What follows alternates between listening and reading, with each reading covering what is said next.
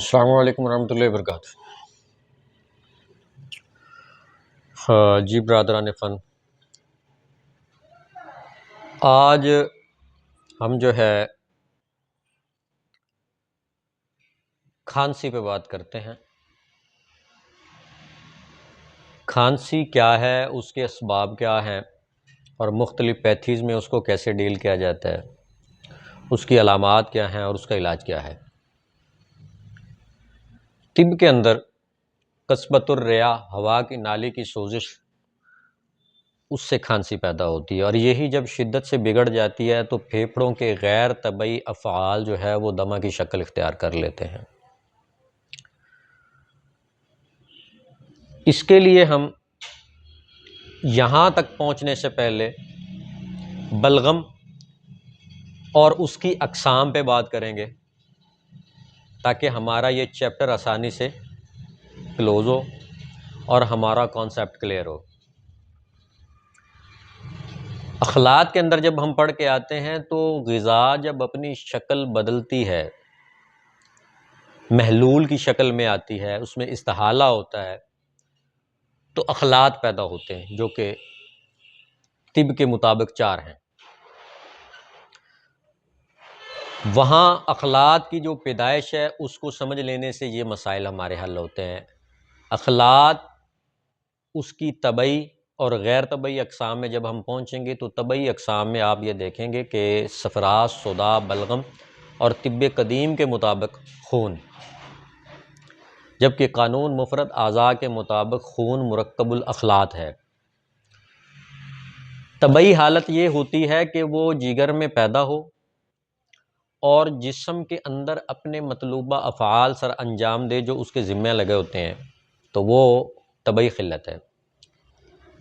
غیر طبعی وہ ہے جو جگر کے اندر پیدا نہ ہو اور اپنے مطلوبہ افعال انجام نہ دے، وہ غیر طبعی ہے۔ یہاں ہم مزید ایک بات پہ اور غور کر لیتے ہیں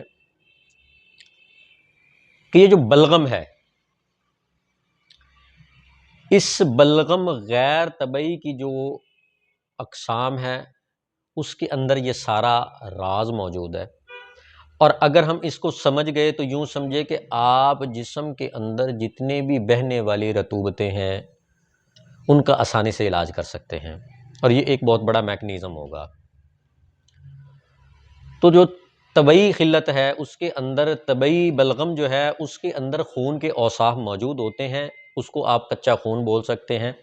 جب جسم کے اندر خون کی کمی ہو تو حرارت اس پہ عمل کرتی ہے اور اس کو خون میں بدل لیتی ہے۔ یہ بہت بہترین کلیہ ہے۔ اگر آپ اس چیز کو سمجھ گئے تو یقین جانیں کہ یہ جو خون کو پیدا کرنے کا ایک اصول ہے اس کے تحت آپ بڑی تیزی سے ان امراض پہ قابو پا سکتے ہیں جن کے اندر فقر الدم، انیمیا ہونا شروع ہو جاتا ہے، خون کی کمی ہونی شروع ہو جاتی ہے۔ اب بلغم جو ہے اس کا تعلق، اور یہ مرض کھانسی، دمہ، اس کا تعلق پھیپھڑوں سے آپ دیکھیں گے تو اس کے اندر کیا ہے کہ بلغم غیر طبعی جو ہے اس کی اقسام پہ آپ غور کریں گے کہ بلغم غیر طبعی قوام کے لحاظ سے 3 قسم کی آتی ہے۔ بلغم مائی، پانی کی طرح، اور یہی زکام میں ملتی ہے۔ اس چیز کو سمجھنے سے آپ کی یہ جو ایک کتاب ہے تحقیقات نزلہ زکام، یہ کلیئر ہو جائے گی۔ بلغم مائی پانی کی طرح، اور پانی اس میں آپ نے دیکھا چپچپاہٹ نہیں ہوتی، بعض لوگوں میں آپ نوٹ کر رہے ہوتے زکام کی صورت میں ناک سے گر رہا ہوتا ہے پانی کی طرح، بالکل ٹرانسپیرنٹ ہوتا ہے، کوئی چپچپاہٹ نہیں، اور آسانی سے خارج ہو رہا ہوتا ہے۔ سردی کی کیفیت، آپ کے یورین کا کلر جو ہے white, P H scale alkaline. اسی طرح دماغ کے اندر تیزی ہوتی، پیشاب زیادہ، دست زیادہ، اسی طرح کھانسی کی کیفیت زیادہ ہو جاتی چونکہ اس میں پھیپھڑے متاثر ہوتے ہیں، ہوا کی نالی کے مسائل ہوتے ہیں۔ تو یہ بلغم مائی، اعصابی، زکام کی کیفیت یہ ہوتی ہے۔ بلغم جسی، گچھ کی طرح گوندی ہوئی، اور یہ آپ نے تحقیقات نزلہ زکام کے اندر پڑھا بھی ہے کہ جو نزلہ ہار ہے بڑا زور لگانے سے خارج ہوتا ہے، اور جب بھی خارج ہوتا ہے اس کا رنگ پیلا ہوتا ہے۔ تو یہ اس لحاظ سے وہاں آپ فٹ کریں گے تو آپ کو یہ بات سمجھ آئے گی۔ بلغم مخاطی آپ نے نوٹ کیا ہے کہ جسے آپ کیرا بولتے ہیں، اس کے اندر ہوتا کیا ہے کہ قوام اتنا گاڑھا ہو جاتا ہے کہ آسانی سے خارج ہی نہیں ہوتا، بلکہ زور لگانے سے بعض دفعہ جمع ہوا بلغم آتا ہے اور اس کے ساتھ خون کی آمیزش بھی ہوتی ہے۔ تو یہ اس کی قوام کے لحاظ سے آپ نے تقسیم کر لی ہے۔ اب آپ اس کی ذائقے کے لحاظ سے تقسیم دیکھیں اس کی۔ ہم نے پڑھا ہے کہ جو تر سرد چیز ہوتی وہ پھیکی ہوتی ہے، اور جو ترش ہوتی وہ خشک سرد ہوتی ہے، اور جو کڑوی ہوتی ہے وہ خشک گرم ہوتی ہے، اور اسی طرح جو چرپری ہوتی ہے وہ گرم خشک ہوتی ہے، اور اسی طرح جس کے اندر ملاحت ہوتی، نمکینیت ہوتی ہے، تو وہ چیز جو ہے وہ گرم تر ہے، اور جو میٹھی ہوتی، حلو ہوتی ہے، وہ تر گرم ہے۔ اب یہی چیز آپ رنگ کی بنیاد پہ اگر دیکھتے ہیں تو مثال کے طور پہ آپ یہ دیکھیں کہ بلغم سفید اعصابی، نیلا اعصابی، سبز رنگ کا تر گرم۔ آپ نے دیکھا ہوگا کہ نیلا اور پیلا رنگ جب ملتا ہے تو سبز رنگ بن جاتا ہے۔ اسی طرح آپ پیلا رنگ دیکھیں، خالصتاً صفراوی رنگ، اور اسی طرح سیاہی مائل یا وہ جامنی کلر دیکھ لیں، اس طرح سلیٹی مائل دیکھ لیں، وہ سوداوی رنگ آ گئے۔ اسی طرح اگر آپ اس کے ٹیسٹ نوٹ کریں تو جو انہوں نے تقسیم کی، بلغم مالح نمکین بلغم، بلغم حامض یہ ترش ہے، اسی طرح بلغم عفس یہ بھی اسی لحاظ سے صرف ذائقے میں تھوڑا اوپر نیچے فرق ہے، لیکن آگے پیچھے کہیں سردی زیادہ ہوتی، کہیں خشکی زیادہ ہوتی، جو اس کے اندر خمیر کی کیفیت ہے۔ بلغم مالح، بلغم حامض، بلغم عفس، اور بلغم مسیخ پھیکا بلغم، اور بلغم حلو میٹھا بلغم۔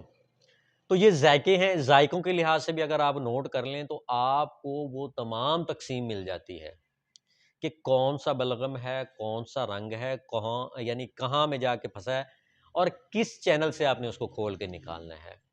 اسی وجہ سے کھانسی ہمیشہ یاد رکھیں ایک طرح کی نہیں ہوتی۔ کبھی کھانسی کے ساتھ آپ کی پی ایچ اسکیل یورین کی الکلائن ہوتی ہے، آپ اس کو لٹمس پیپر پہ بھی جانچ سکتے ہیں۔ اسی طرح کبھی آپ کی کھانسی کے اندر آپ کے یورین کی اسکیل جو پی ایچ اسکیل ہے وہ ایسیڈک ہوتی ہے، اور کبھی آپ نے نوٹ کیا ہوگا کھانسی یا دمے کے اندر آپ کے یورین کی پی ایچ اسکیل جو ہے وہ 60 لیول پہ ہوتی ہے۔ تو یہ کیمسٹری کی روح سے بھی اس کی تقسیم ہوگی، اور اگر آپ اس کو ہومیوپیتھی کے اصول پہ دیکھیں تو اس کے اندر جب مائی کیفیت ہوگی، اعصابی صورت ہوگی، بلغم مسیخ ہوگا، پھیکا ہوگا، تو وہ ان کی مینٹل فورس ہوگی۔ اور ایلوپیتھی کے اصول سے اگر آپ دیکھیں تو نرو ٹیشوز اس کے متاثر ہوں گے، اور آپ طب کی روح سے دیکھیں گے تو اس کے اعصاب متاثر ہوں گے، اس کا دماغ وائٹل آرگن متاثر ہوگا۔ اور اسی طرح اگر آپ نوٹ کریں کہ اگر اس کے اندر اس کے مسلز کے اندر پرابلم آ کے کیرے کی کیفیت ہے، بلغم مخاطی ہوگا، تو کیا ہوگا اس کے اندر اس کی ایسیڈکس کے جو پی ایچ اسکیل ہے ایسیڈک ہوگی، اور اس کا کیا نام ہے مسکولر ٹیشوز میں پرابلم آ رہا ہوگا، اس کے مسلز میں کہیں نہ کہیں وہ کیفیت ہوگی۔ اسی طرح اگر آپ ہومیوپیتھی میں دیکھیں تو اس کے اندر اس کی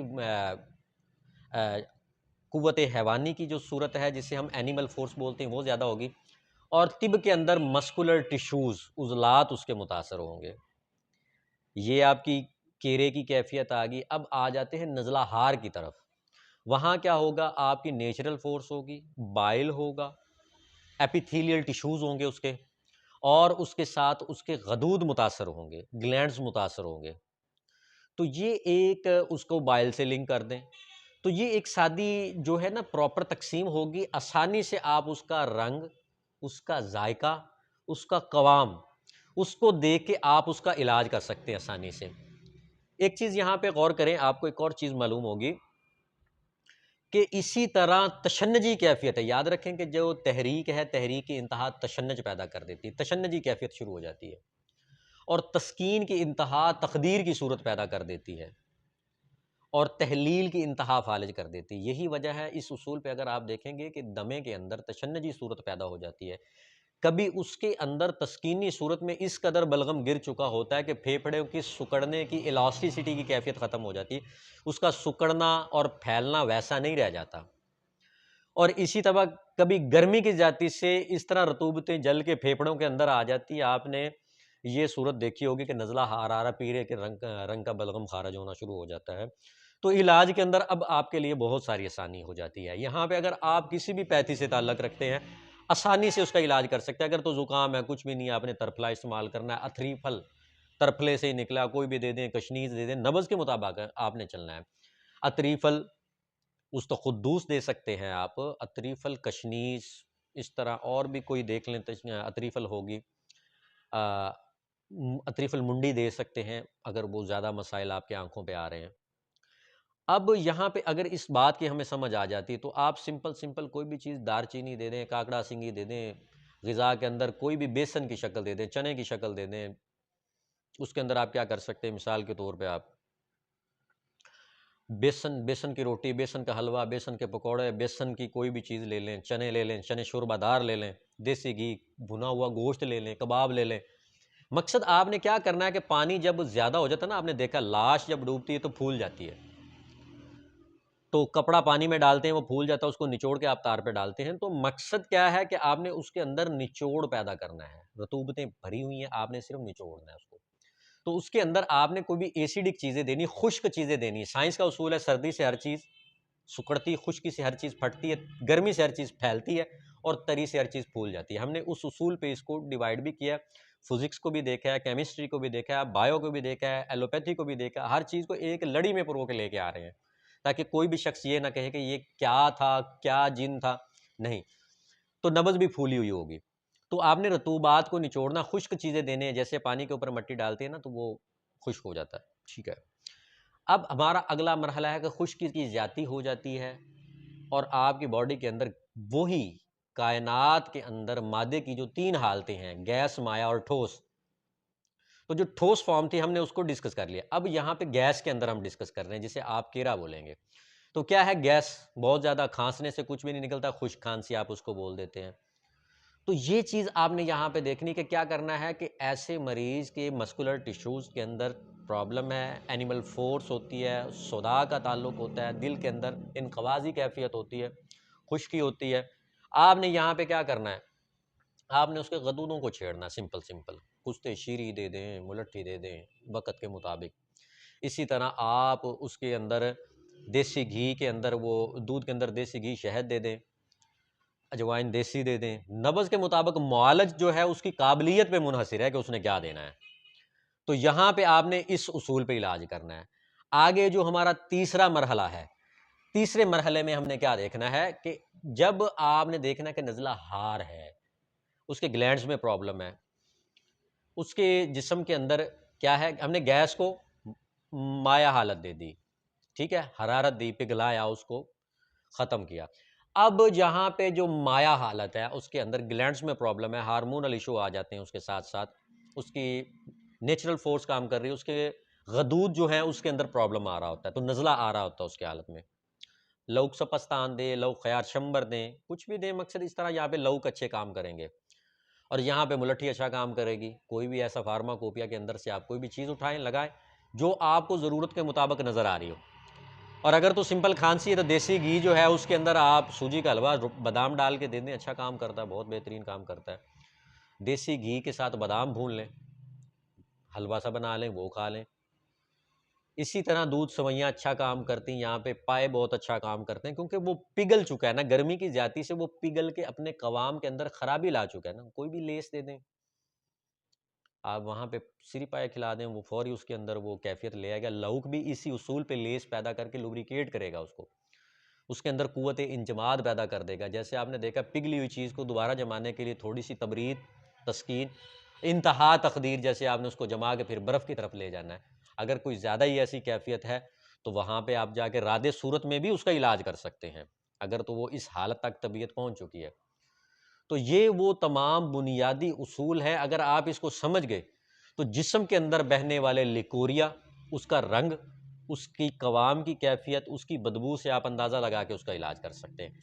کہیں سے بھی زکام ہو رہا ہے، کہیں سے جریانی صورت ہے، اطلام کی صورت ہے، یہ ساری چیزیں آپ کو سمجھ آ گئی ہوں گی. اور اگر آپ بنیادی طور پہ اس کنسیپٹ کو سمجھ گئے تو آپ کو تحقیقات نزلہ زکام سادہ جو کتاب ہے حکیم صابر ملتانی رحمۃ اللہ علیہ کی، وہ آسانی سے پڑھنی آ جائے گی. اور اس بنیاد پہ آپ کرونک سٹیجز کے اندر پھنسے ہوئے کوئی بھی مریض ہیں، ان کا علاج کر سکتے ہیں۔ یاد رکھیں کہ خون کے بعد خون بننے کی شدید استطاعت آپ کی بلغم کے اندر ہوتی ہے۔ کبھی صدا اس کو بھسم کرنا چاہتا ہے، کبھی صفرا اس کو جلانا چاہتا ہے۔ یاد رکھیں خطرناک بخار بھی اسی کے اندر ہوتے ہیں۔ صداوی بخار 4 دن کے بعد پیدا ہوتا ہے، 4 دن کے بعد بخار آئے گا، بلغم کو اندر بھسم کر رہا ہوگا، تعفن دے رہا ہوگا، لیکن 4 دن کے بعد آئے گا۔ 1 دن صفرا 1 دن پیدا ہوتا ہے، 1 دن جلتا ہے۔ صفراوی بخار ایک دن چھوڑ کے دوسرے دن ہوتے ہیں، اور اسی طرح بلغمی بخار مستقل قائم رہتے ہیں جب تک بلغم کا آخری قطرہ وہ بخار نہیں ٹوٹتا۔ اسی لیے بلغم جو ہے مختلف چینل میں پھنسنا شروع ہو جاتا ہے۔ تو آپ نے اس غیر طبعی چیزوں کو دیکھ کے اس کی اصلاح کرنی ہے، نبض کے اندر جا کے پورے پیرامیٹر دیکھنے، یورین کے اندر دیکھنے، اس کے بعد اصولی طور پہ آپ نے علاج کرنا ہے، سمپل۔ اس حد تک آپ کامیاب ہوں گے انشاءاللہ کہ اللہ کے فضل سے آپ بہت سارے امراض جس کو آپ کرونک بولتے ہیں وہ بڑی تیزی سے آپ قابو کر لیں گے۔ تو امید ہے آپ کو یہاں تک سمجھ آ جائے گی۔ دعاؤں میں یاد رکھیے گا۔ اللہ حافظ۔